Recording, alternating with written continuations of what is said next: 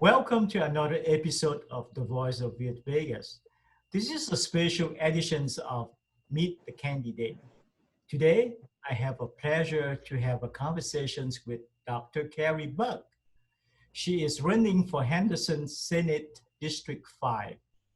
Dr. Buck is an educator, a school principal, who has a reputation of turning failing school to an amazing school in such a short period of time.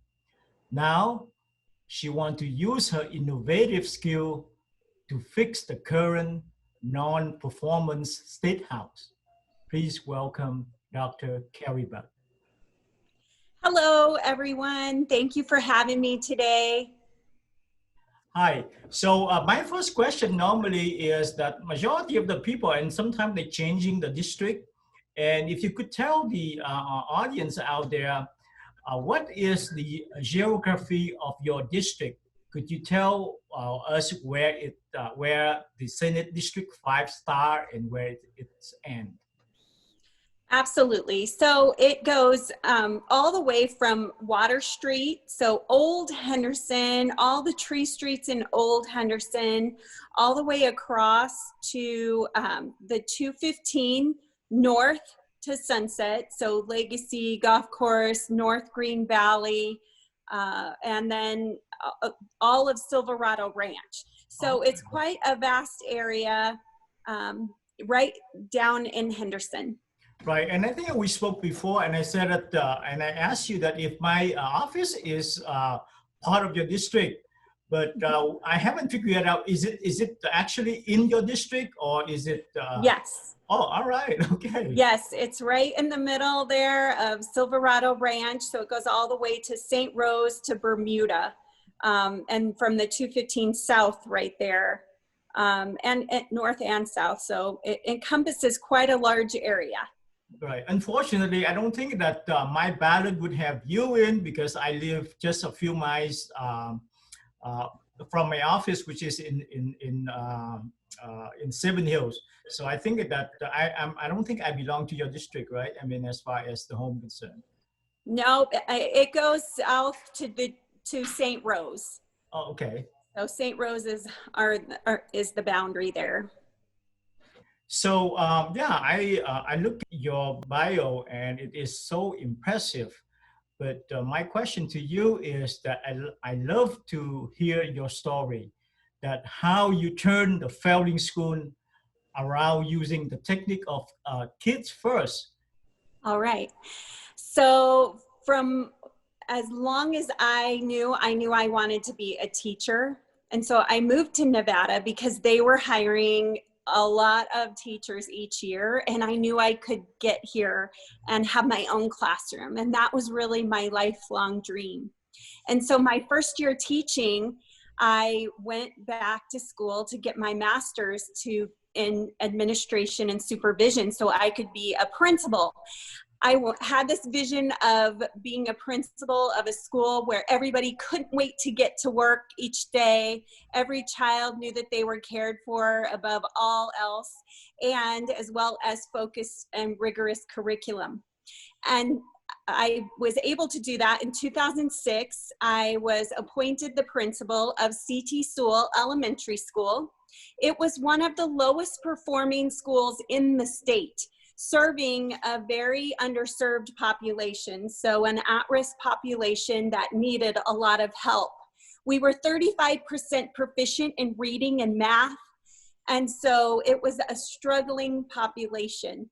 When I showed up my first day, I remember seeing the construction happening on the school, in that we were going through major facility rehabilitation and HVAC rehabilitation, as well as the academics were truly, on the low side. And so we went to work. We were able to, with the empowerment model, find an empowerment partner in Duncan and Irene Lee. And together with the community and all of the parents and the students, and then we were able to hire the best of the best teachers and keep the teachers there. we were able to turn the school around to national Title I school. They only picked 2 in the state. Our reading and our math scores were 80% and higher. And so we really changed the trajectory of that school. It was through a lot of things, from just really truly caring and building a culture of care. So we couldn't wait to get through the doors and serve every child that came through the doors. And we implemented a blended learning program. So we started having more technology in the school, as well as focused grade level standards. So a lot of times if students are below grade level, people teach them below grade level. We taught them at grade level, and then we accommodated to bring them up. And so that was truly, it's the rigor and the focus on every single child and making sure we meet their needs. That's what we did. That was the secret. Right, but that's not ended though. I think that then another school that in trouble and they send you there. Or was it correct? So then I was recruited in 2014 after getting National Title I school for CT Sewell. And then I also in 2008 received the Milken Award. In 2014, then I was recruited to run Pinecrest Academy. And at the time it was one school. There were about 700 students and it was struggling for enrollment. It was about ready, right on the verge of closure. And so we worked hard to grow that. We took CT Sewell's model and we brought it over to Pinecrest, the instructional model, and we really focused and then grew to 5 campuses, soon to be 6. We're growing one in Sparks, Nevada, up north, but we have 5 campuses down here in Henderson.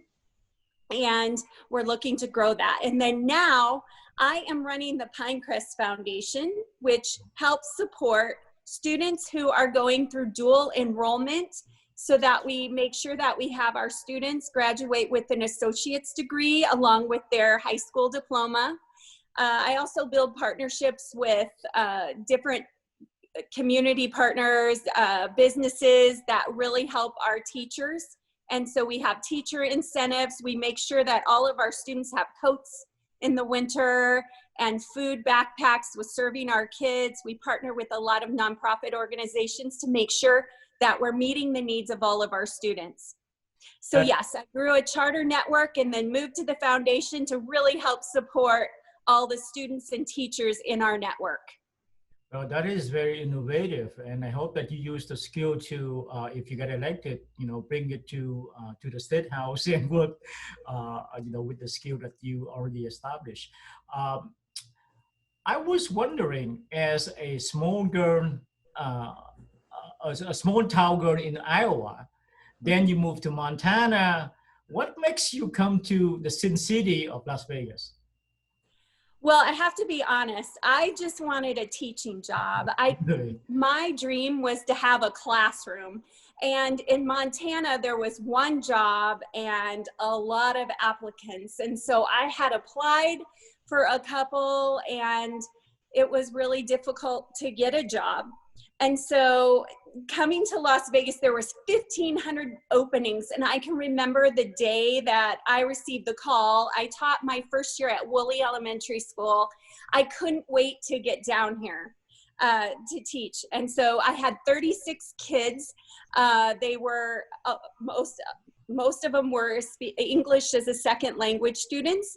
And so they spoke another language as their primary language. It was a 5th grade classroom. It was my favorite year by far teaching because, you're trying to figure out instruction as well as meeting the needs of all of your kids and your families. And so I knew then though, that I wanted to make a greater difference and that to be able to lead a school and impact even more kids.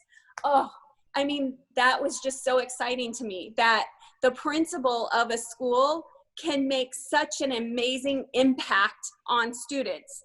on making sure that we're teaching to that rigorous level, making sure that there's accountability for students, for parents, for teachers, and just really building that culture of care. And I started that my first year teaching. I came down here to teach. Wow, teaching is an honor profession. So you have to have the love of what you do in order to do it. It seemed like that you love what you do, but what made you to run for office? It's going to be a totally different fight. So I can't wait to hear your story why you are running. So when I was principal of Sewell, I can remember thinking to myself, a lot of what principals and teachers deal with in buildings are decided up in Carson City. And so it was important to me that a teacher and principal that is in the field recently is a voice for all, all principals, for all teachers, and that we're able to have people that are actually living in it and implementing it in their buildings. And so I decided to run in 2016. I ran against a long-term incumbent and came less than 1% Wow. from winning.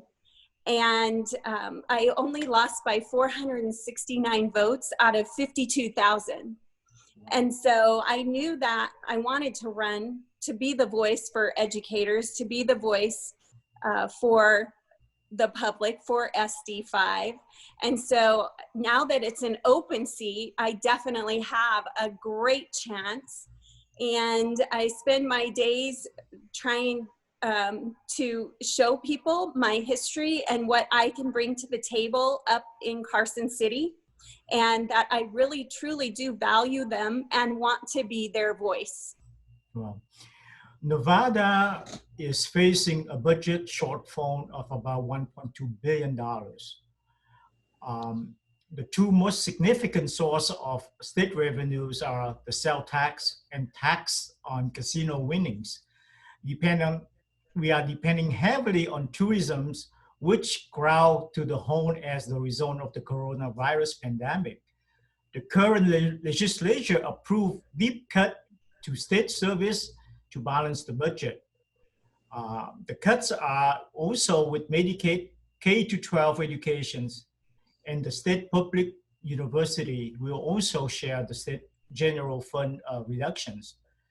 Would you agree with those solutions, or do you have a different approach? I do think that we need to reevaluate where we are spending our money. If there's any frivolous spending, we do need to make sure that we are holding agencies accountable for spending and to ensure that our tax dollars are used wisely. Along with that, everybody paying their fair share, so a more broad-based tax would lighten the load for so many. And so I do think that it's a very difficult time to be taxing businesses that are just reopening or maybe still closed. That should not be a plan of attack, because that hurts jobs. If we are going to tax businesses, and it inevitably takes away jobs from all of the people that we need to get back to work. Right. And as you mentioned earlier, that there is other way to cut the budget, though. But some of the things that you probably you don't want it to touch it because it's going to hurt the business, especially small businesses, though. I remember when I first moved here back in 2002, the reason that I chose to move to Vegas, because this is at the time in 2002 is the growing city as well as the growing state. The climate for small business is very easy. I mean, when you come in, open a business is practically very easy comparing to some other state with all of the bureaucratics. But nowadays, I think it's getting a little bit harder to do business here in Vegas or in the state. So, what is your take on that? I mean, are you pro business or are you against the business? I'm definitely for business because businesses guarantee jobs. And so I'm for getting as many people as possible back to work so that they can support their families. And the only way to do that is to ensure that we are business friendly, that we diversify our economy, that we bring new businesses into Nevada, that we incentivize businesses to be here and hire Nevadans, Right. that we make sure that our education system is one that can fill job positions. So through workforce development strategies, making sure that we look at all the different openings that are out there, and then our high schools, our middle schools, our high schools, and our colleges are able to provide programming to get students that are in these into jobs of the future. And working backwards as far as an educator, that's what we do at Pinecrest. So we have a flight program where our students learn to be a pilot, their ground school, before they get to their driver's license. And so it's really preparing. We have a cybersecurity cohort in which students are learning how to secure networks. And those are jobs that are open right now. And so these students can get these jobs right out of high school and then potentially have their employer pay for further education. But we're just trying to work backwards from the different openings that are out there. I'm very business friendly. I believe that businesses need to be able to have candidates that are going to be well educated and be able to function in their business. And so that's very important to me. So, I mean, there's a discussion right now at the state level that should we open the school or open the business. But one of the issues that we have, in fact, that I think last week, Dr. Jara have to call on a special meeting. Unfortunately, I mean, fortunately, rather, that they didn't touch it, because I thought that at this at that meeting, at special meetings, they may fire him or they may terminate his contract. But at the same time, we do not have a clear idea of how we're going to open the school for the next calendar year, or even in the fall. So they saying that learning virtual learning is good, but at the same time, I think there is some issue of some low-income families that they do not have the internet, they do not have computers.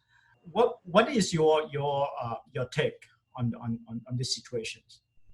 So I do believe that we need to leave it for parent choice. And so it's crucial that parents have the options, because right now, with it all going online, your option is to not go to work or to take your children to a recreation center or school for daycare and then pay daycare on top of it.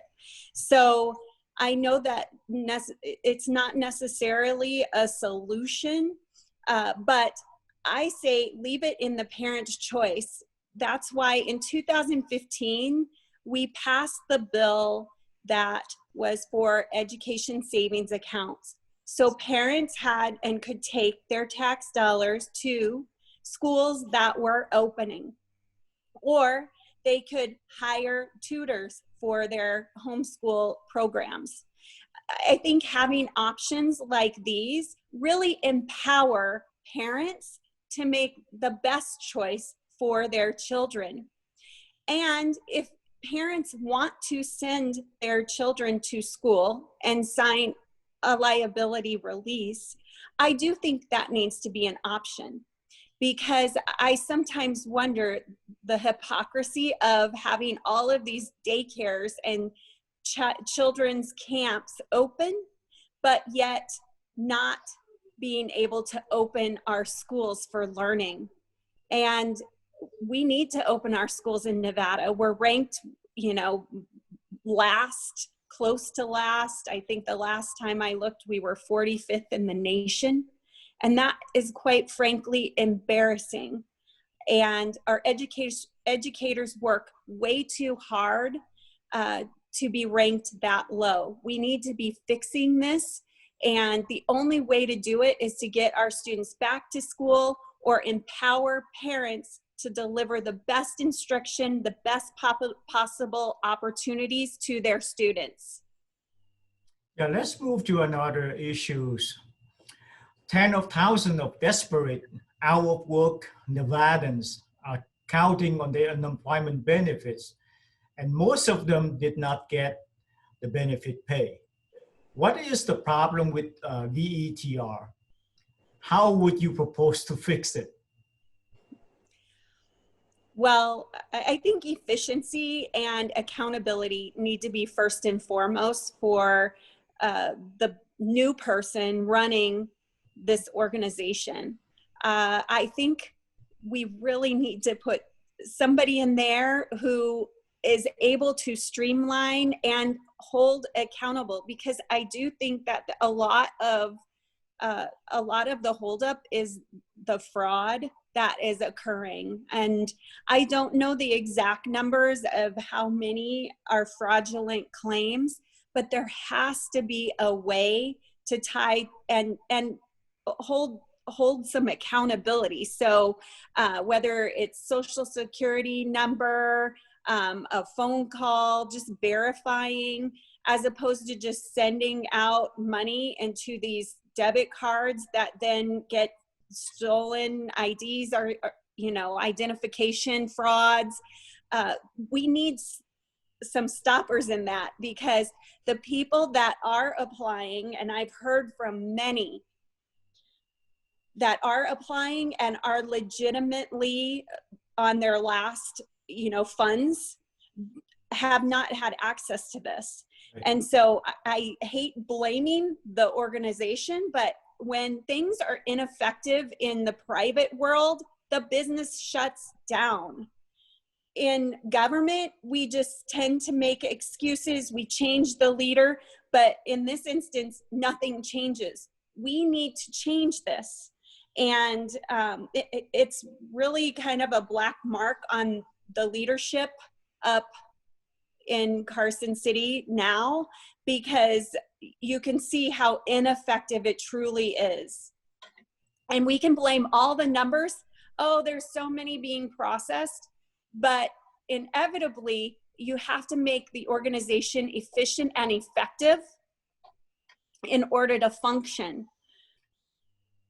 Right, they have a very ancient website though. And in fact, I tried to help some of the fellow Asians for their benefits. And I could not, get through the line. I could not, go into the system and trying to fix it, whatever the case is. And that is very inefficient. There's a lot of things that we need to fix in that particular department. And basically that some of the grants is actually receiving by the state from the federal, and it wasn't disbursed correctly.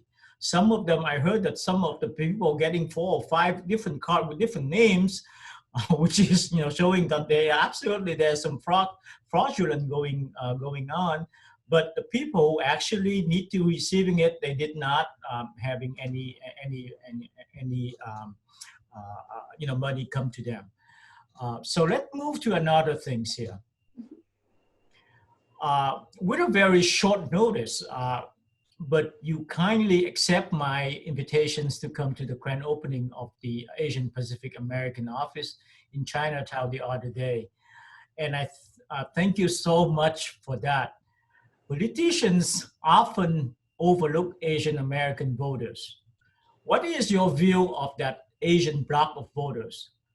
In a competitive race, I think that they are playing a prominent role. As you mentioned earlier that you only lost 400 and something votes. So what do you think about that black vote? And if elected, what is your platform aimed at Asian Americans? So I do believe that Asian Americans helped build this company, help build the businesses that are here in Nevada, helping Nevadans stay employed and helping bring revenue to our state. And so I value the Asian American community in that respect. I am a candidate that is always available.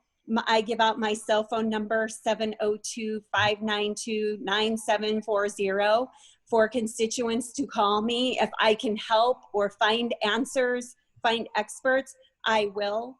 I'm always available. You can also look up my Senate page on Facebook, and I'm just readily available. I want to make sure that you know that I value all my constituents and all Nevadans.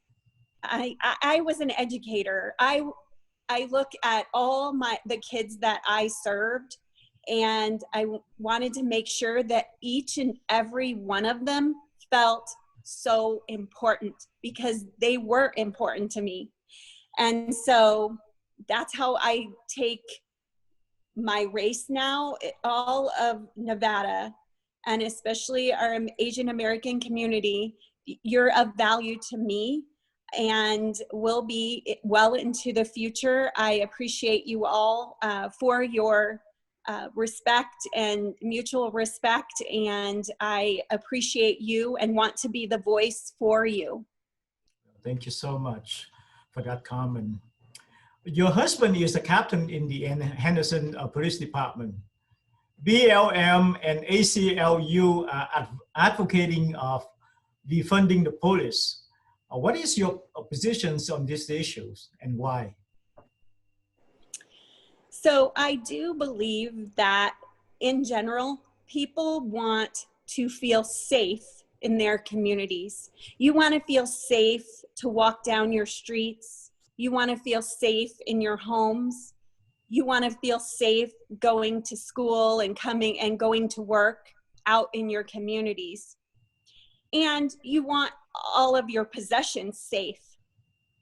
And so my husband is a captain for the police department, the local police department. And I see the morale of officers, are at an all-time low. But in October 1st, it was an all-time high because they were the heroes. Now, mind you, what happened in Minneapolis was horrible.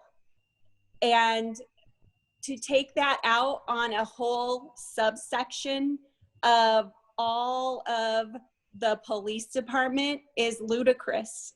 We have amazing officers of all race, religions, creeds that we need to make sure that we build up.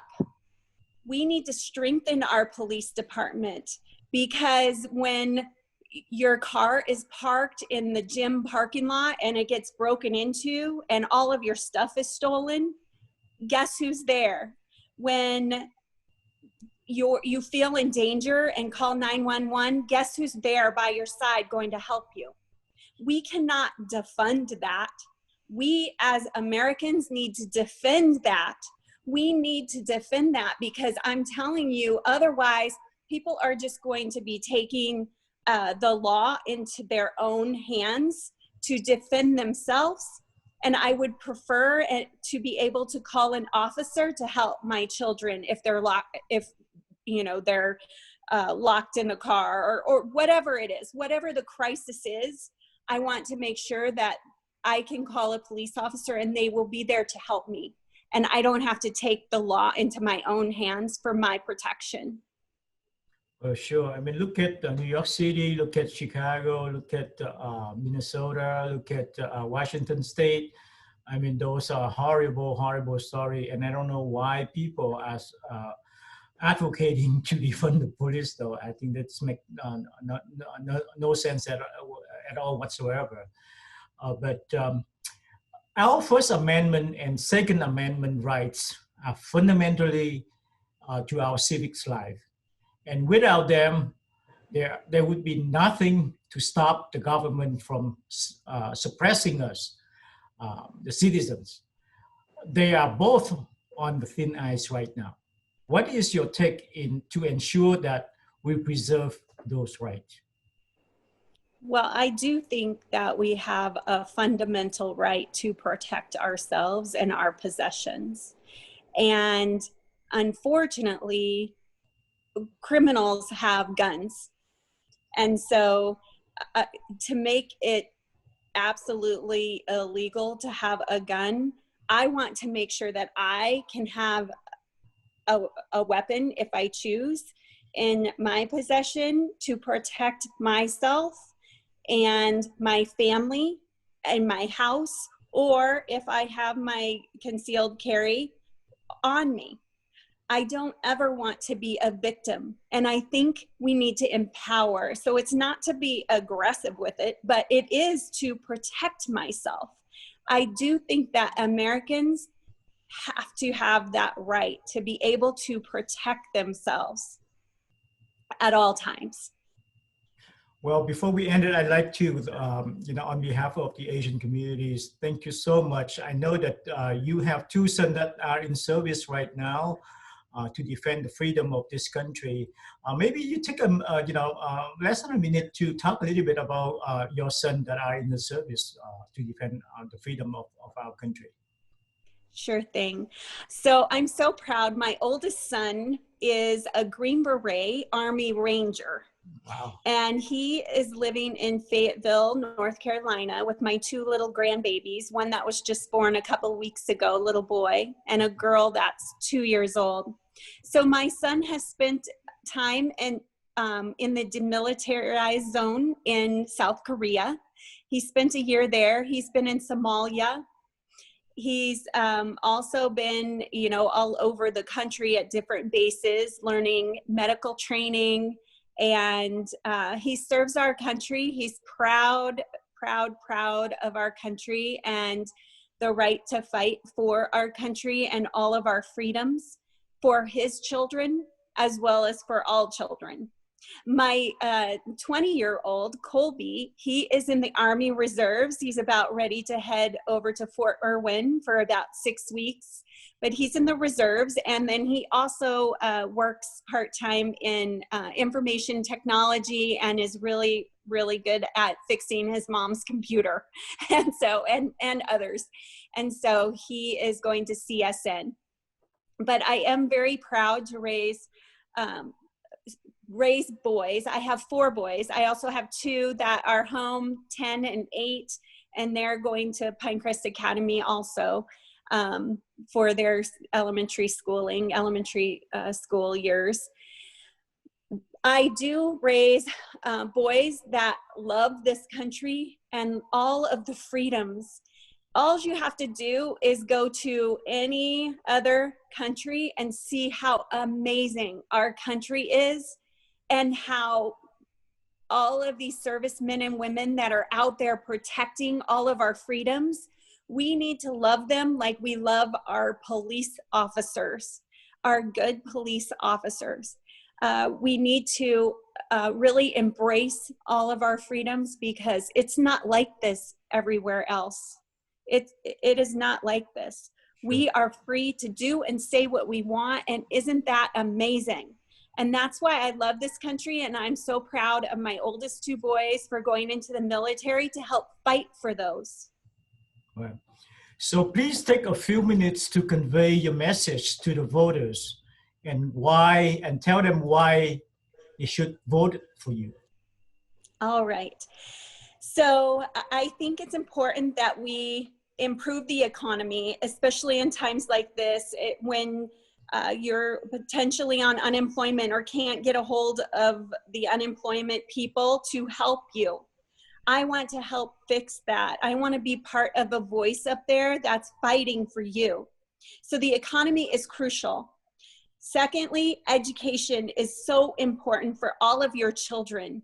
I know how much, especially the Asian community, values education, and I'm right there with you, fighting for the best education for all of our students, for high quality students or high quality schools everywhere. We want all high quality schools that are held accountable to the highest levels possible.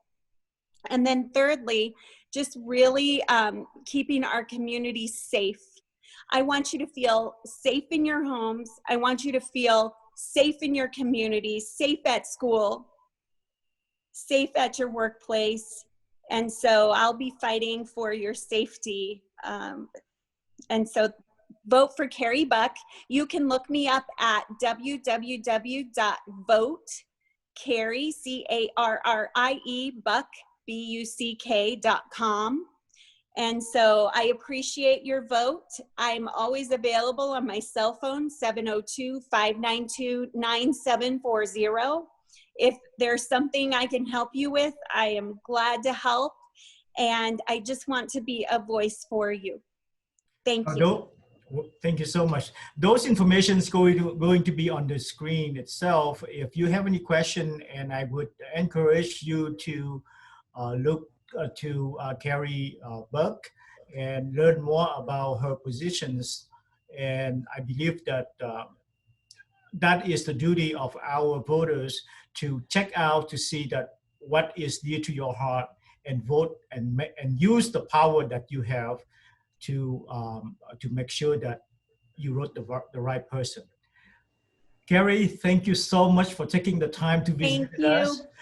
Thank you so much for your service, and best of luck to your campaign. And I hope that the voter out there will consider you. To our audience, thank you so much for watching the show, and I look forward to seeing you again on the next episode of The Voice of Viet Vegas. Have a fantastic day. Ciao.